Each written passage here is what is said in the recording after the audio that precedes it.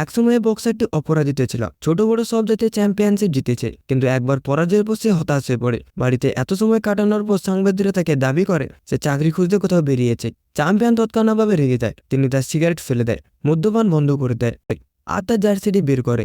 এরপর রাগ এবং ক্রোধে সে যা হারিয়েছিল তা ফিরে পাওয়ার জন্য লড়াই করতে থাকে। কিছু করতে পারছিল না সে প্রথমের দিকে, সে একটুও কিছু টানতে পারছিল না। সে পাথর তোলারও চেষ্টা করে, কিন্তু তাতেও ব্যর্থ হয়। এভাবে প্রথম দিকটি ব্যর্থতার সাথে শেষ হয়। পরের দিন সকালে চ্যাম্পিয়ন প্রশিক্ষণের একটি নতুন রাউন্ড শুরু করার আগে এক গ্লাস তাজা টমেটো জুস খান। আজ তার পারফরমেন্স সত্যি অনেক ভালো ছিল, 2 পাউন্ড থেকে 80 পাউন্ড পৌঁছছে।